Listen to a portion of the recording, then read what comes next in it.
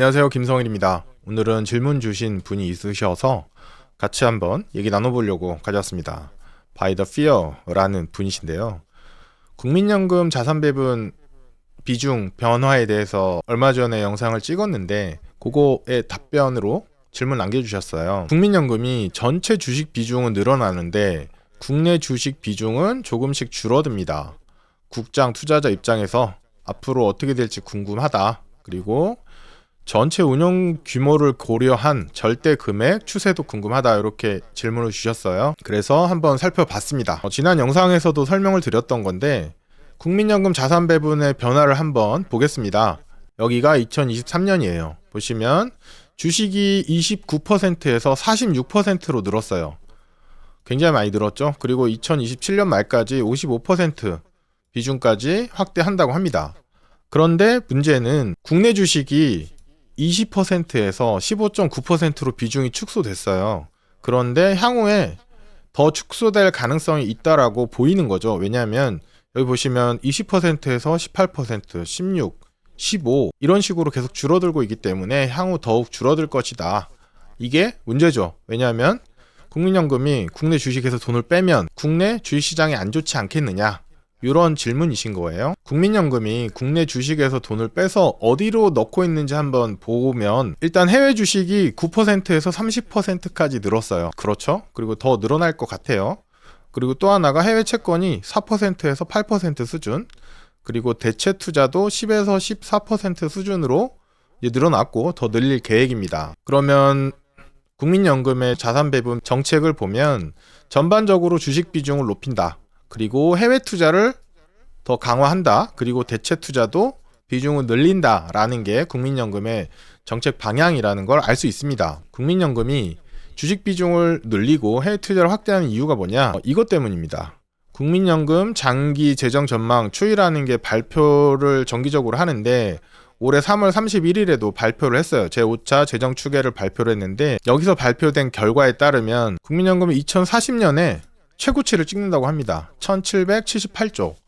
기존에 2018년 재정 추계 때는 2041년에 최고치를 찍는 것이었는데 그게 더 당겨졌어요. 요걸 발표하면서 또 하나가 뭐냐면 국민연금이 언제 소진되느냐, 2053년에 국민연금이 소진될 것이다 라고 발표를 했어요. 그리고 이 발표를 하면서 국민연금 수익률이 1%포인트 늘어나면 기금 고갈 시점을 5년 늦출 수 있다라고 발표를 했어요. 즉 국민연금 수익률을 높여서 국민연금 기금의 고갈을 늦추자, 도움을 주자라는 얘기죠. 결국은 수익률을 높이려면 위험자산 비중을 확대할 수밖에 없고 위험자산 비중인 주식 비중 그리고 해외 주식 비중들을 확대할 수밖에 없는 거죠. 과거의 국민연금의 성과들을 보면 여기 있는 데이터는 제가 제 책에 실어 놓은 내용이고요.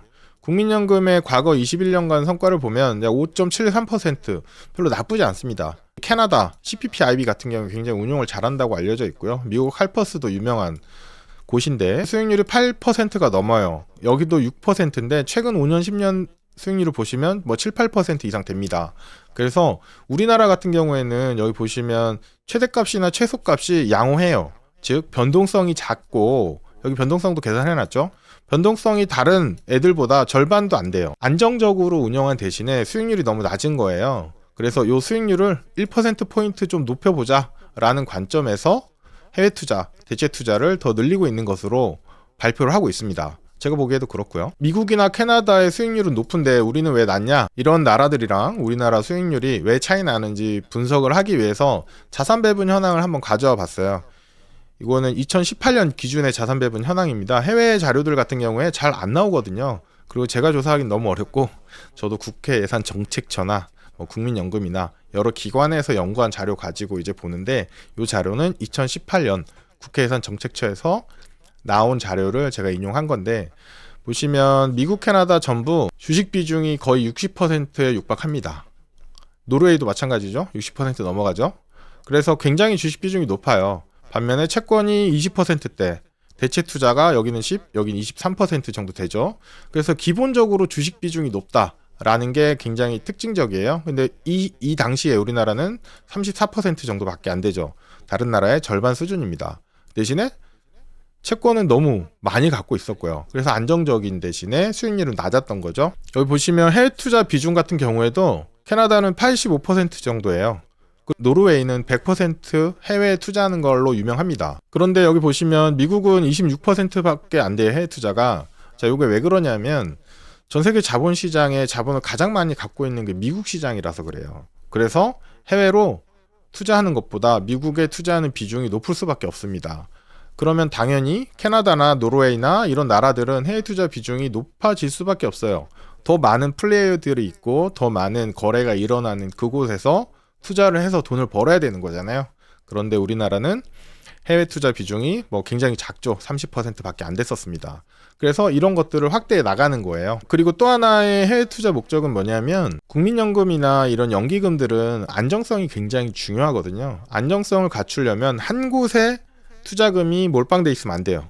분산을 하는 게 너무 기본적인 거죠. 그러면 국장 투자자는 어떻게 하냐? 이게 문제죠. 과거에 20%에서 15%까지 낮아졌기 때문에 국장에 투자하시는 분들은 이거 위험한 거 아니냐라고 생각할 수 있는데 간단히 몇 가지를 살펴보면 2013년에 국내 주식이 20% 비중 할당이 되어 있었는데 이 당시 금액이 87조 원이었어요. 즉 국민연금이 국내 주식에 배분한 돈 87조 원이었는데 2023년에는 얼마가 됐을까요? 더 줄어들었다고 생각할 수 있는데 실제로는 171조 원으로 늘어났어요. 왜냐하면 국민연금의 총 적립금 자체가 437조 원에서 1085조 원으로 늘어났기 때문에 국내 주식 비중이 줄었지만 국내 주식에 실제 투자한 금액은 커진 거죠. 2배 이상으로. 같은 관점에서 2040년 국내 주식 비중이 10%까지 낮아졌다고 만약에 가정을 해보면 자, 요게 10%로 가정했을 때 국내 주식에 배분된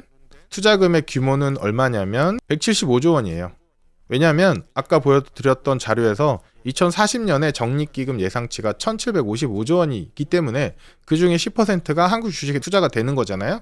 그래서 175조 원이다. 다시 말해서 국내 주식을 10%까지 내리더라도 실제 투자되는 금액이 당장 줄어들거나 하진 않는다는 거죠. 그리고 10%까지 내릴 수 있을지 과연 그게 언제 이루어질지도 전혀 알 수 없는 거예요. 이건 제가 그냥 임의적으로 잡은 숫자이기 때문에 만약에 그렇다 하더라도 투자 금액 규모는 줄어들지 않는다. 이게 핵심이죠. 사실은 이제 국장 투자자들뿐만 아니라 전반적으로 이제 알고 계셔야 되는 문제가 뭐냐면 아까 보여드렸던 자료인데 5차 재정 추계에서 얘기한 금액이 1755조예요. 2040년에 이게 오는데 문제는 2055년에 기금이 소진되잖아요. 이때까지 요 돈을 계속 매도를 하면서 국민연금을 줘야 되거든요.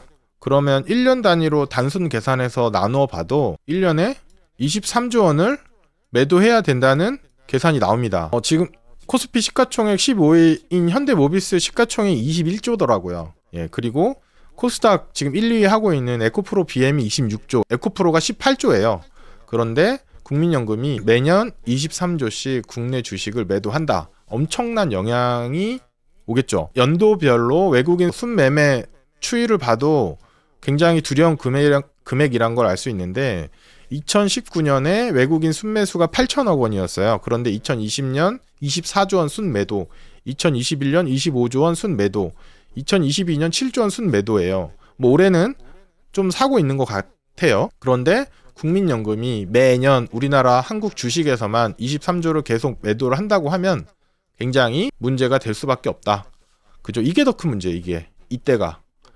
당장 지금 23년이잖아요. 당장은 국민연금에서 돈이 팍팍 넣어주면 우리나라 시장에 좋은 영향을 줄 수도 있는데 문제는 이게 어느 순간부터는 이걸 다 알 거 아니에요. 국내 주식에서 돈을 뺄 수밖에 없다는 걸. 그렇기 때문에 이때 진짜 이렇게 매도를 하게 되면 정말 큰 문제가 생기는 거죠. 그래서 이 기울기를 완만하게 하기 위해서 여기까지도 못 갈 것 같고 이런 식으로 하기 위해서 국민연금 고갈되면 안 되니까 요걸 하기 위해서 국민연금의 지급 시기를 늦추고 지급 금액을 줄이는 연금 개혁을 지금 준비를 하고 있는 거고 어떤 식으로든 그렇게 될 것 같아요. 안 그러면 이게 답이 없으니까. 그리고 국민연금 수익률도 올리는 노력들을 하고 있는 것 같다.